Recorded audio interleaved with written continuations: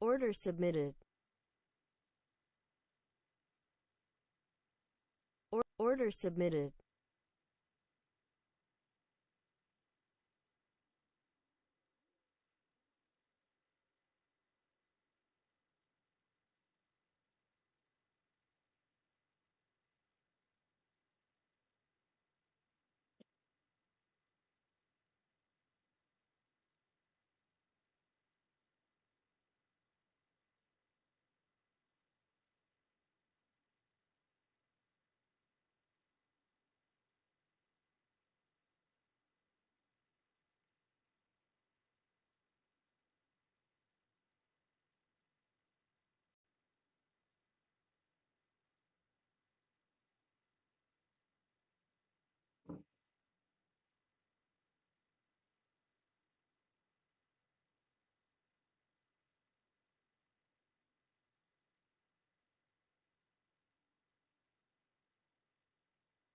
Are you watching this one, Donnelly?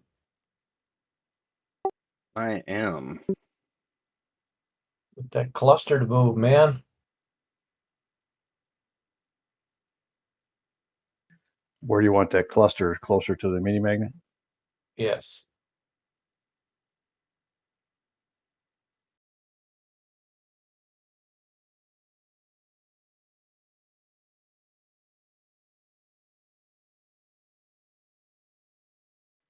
You guys looking at RT1 for that IBS 83.6? Yeah. 86, 86.3, I mean. Yeah, and then there's also 526 on top. And the cluster is So, closer to it. Order canceled. so if you were going to take the IBS 86.36, you enter 10 ticks above that. Of course, it's gone now. Right. I actually was in that going north because of the cluster placement and the way the numbers were looking. So Sure.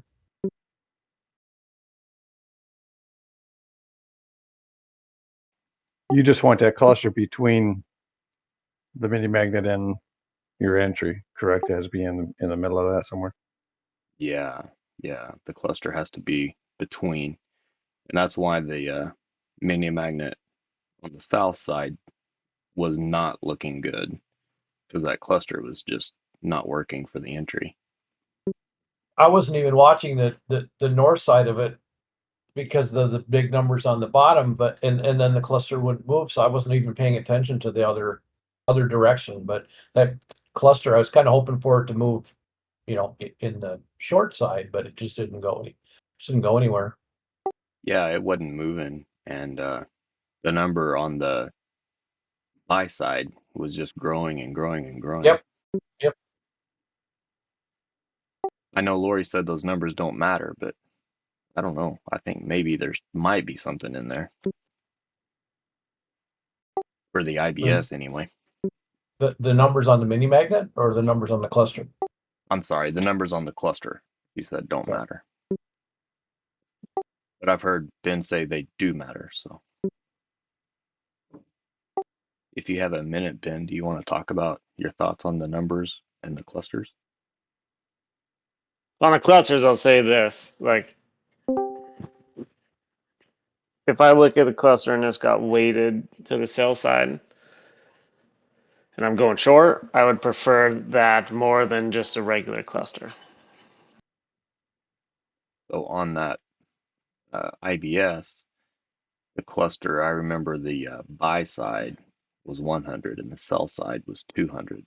So it was doubled going to the buy side, which gave me the confidence. Yeah, I like that.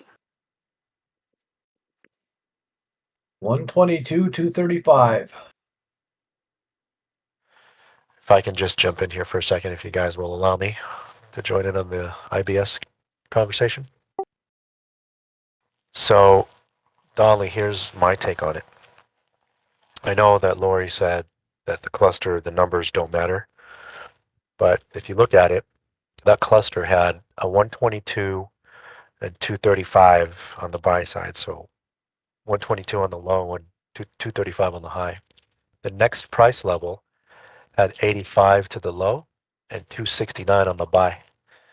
The next price level above that was 26 and 262. Hmm.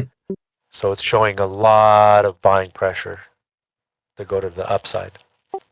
And if you look at it, there was only before it actually hit that mini magnet, there was only one price level where the sellers out basically performed on the buyers by only 2 contracts. And then another price level where it was only a difference of 3, but everything else was still pushing to the high side. So it's still looking for, to fill orders on the buy side. And it never really dropped until that bar closed. And even then when it dropped to a 7.5 when the bar closed. 7 on the sell, 5 on the buy. So, and if you look at the flip side below the cluster, the numbers were kind of mixed, where it was still, even buyers and sellers, and right at the cluster, it literally like almost 2-to-1 buyers versus seller contracts sold at that price. So even though, that mini magnet was really big, it was showing that it's moving to the upside. Now, that being said, got to keep an eye on that mini magnet because that's going to be a great target when this thing retraces and comes back down, which it will do eventually.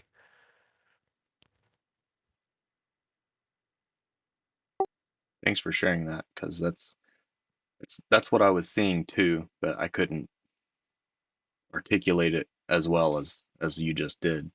So I feel better about taking it, because I took it because is one of those things. I guess my mind could see it, but I couldn't quite process what was going on, if that makes any sense. No, it does, because when it's happening in real time, it's very difficult to do that, and you have to watch basically the order prints and the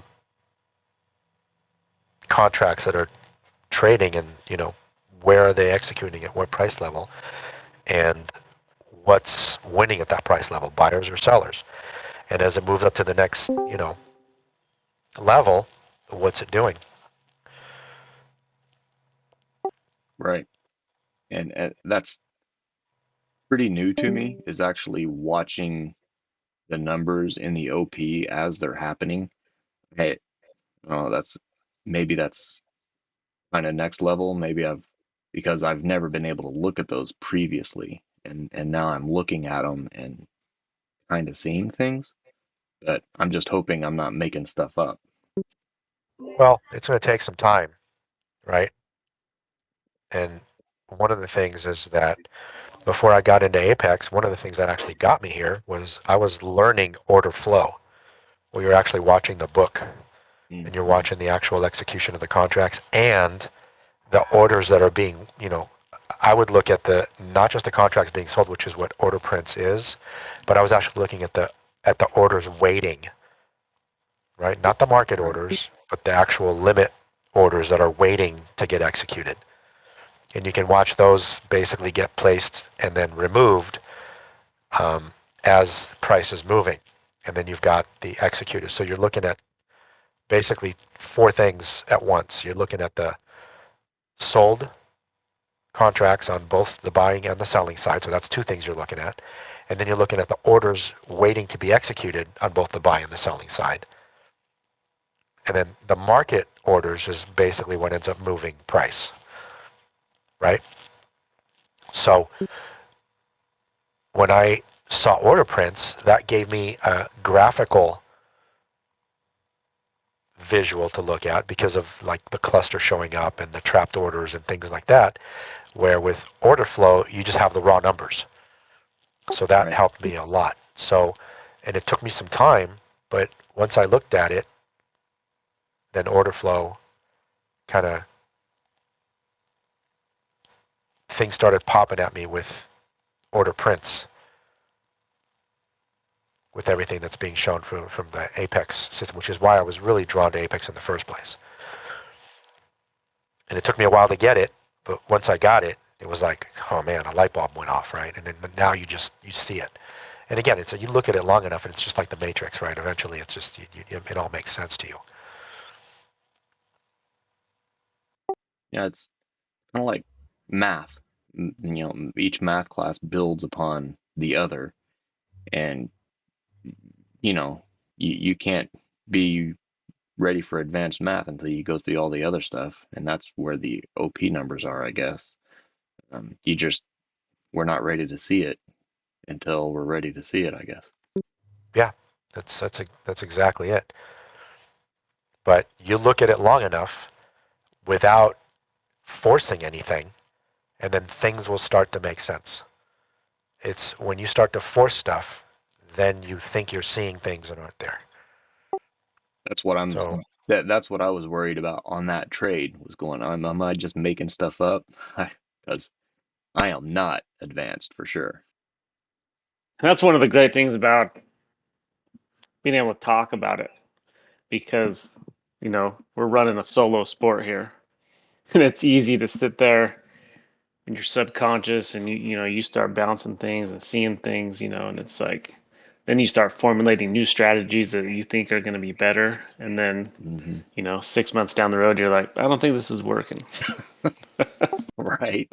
So it's always important to talk about Exactly. what you're seeing, and even those little thoughts that you're having about what you might be seeing or what your thoughts are, they're crucially important.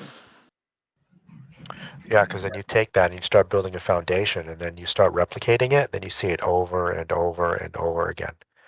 Like order prints to Lori, I mean, this stuff to her is like, it's like another language that she's like completely fluent in, Yeah, right? she's Neo.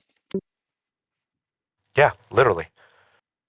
I know that not everybody trades ES, but I remember watching the video in Sharpshooter that John did on ES, just on the OP and how to read the OP chart and looking at a potential trade for ES. And it was similar kind of discussion that you guys were just talking about, how to read those numbers uh, as a way to enter a trade for ES. I don't know if any of you remember that or looked at it lately, but it Oh, that's was a a, Yeah, great it was video.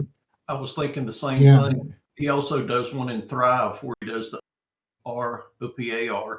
It's a good one. Is Yeah, it? I've Yeah, watched I'll that have to check ES that one one out twice in again. the last. But it is a whole other thing to be looking at and paying attention to, like Donnie and you guys were just talking about. It's so true.